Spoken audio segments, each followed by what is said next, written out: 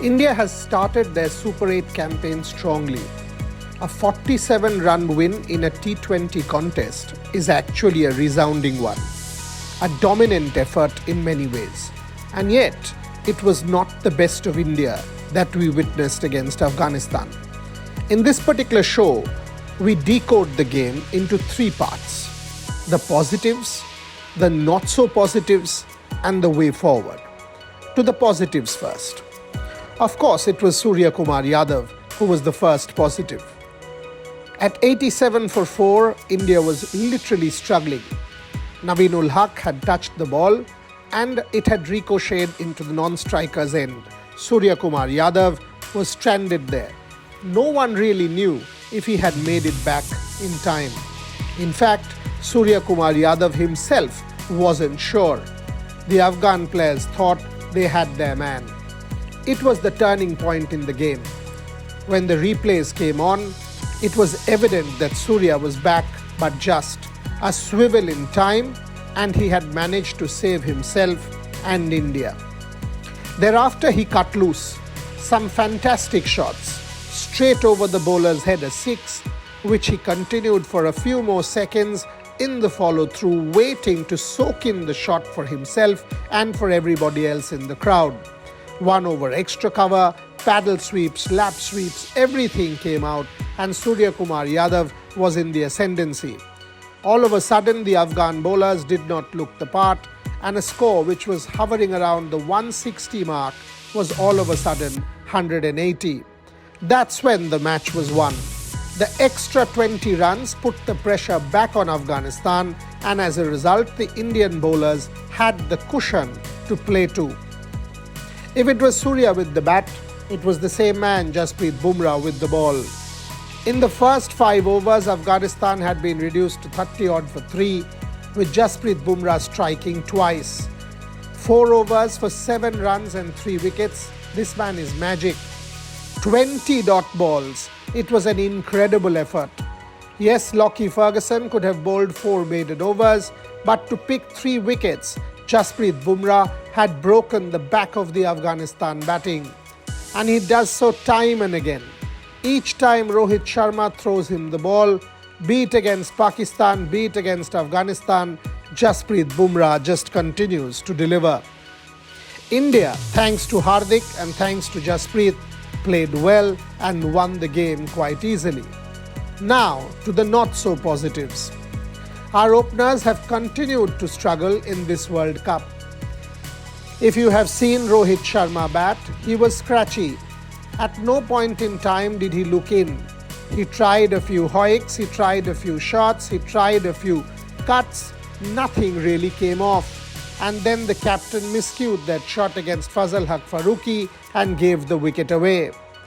Yet again to a left armer. Tongues will soon start to wag if Rohit Sharma does not make big runs in the next couple of games. If it was Rohit to start, Virat followed. He did look good. The straight 6 over the bowler's head was part reminder of that Haris Rauf shot in Melbourne. But sadly, he could not continue. He thought he had gone slightly wider against Rashid Khan, but in effect, he had gone straighter. And the ball straight went to Mohammad Nabi. 24 of 24 won't be good enough against teams like Australia and England.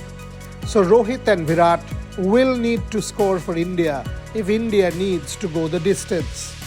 And in the middle order, one has to speak about Shivam Dube. When the selection first was made, Rinku Singh missed out. Everybody had said that this is perhaps not the best one. And yet, we continued saying that now that Shivam has been selected, the team management has to back him. And truth be told, they have. He has been given every game, but except in that match against the US, where he did play an innings of resilience, nothing really has come from Shivam Dube. Against Rashid Khan, all he needed to do was play him out and then take the other spinners on. Unfortunately, he failed. That's why there are problems with the middle order. Should India go to Sanju Samson?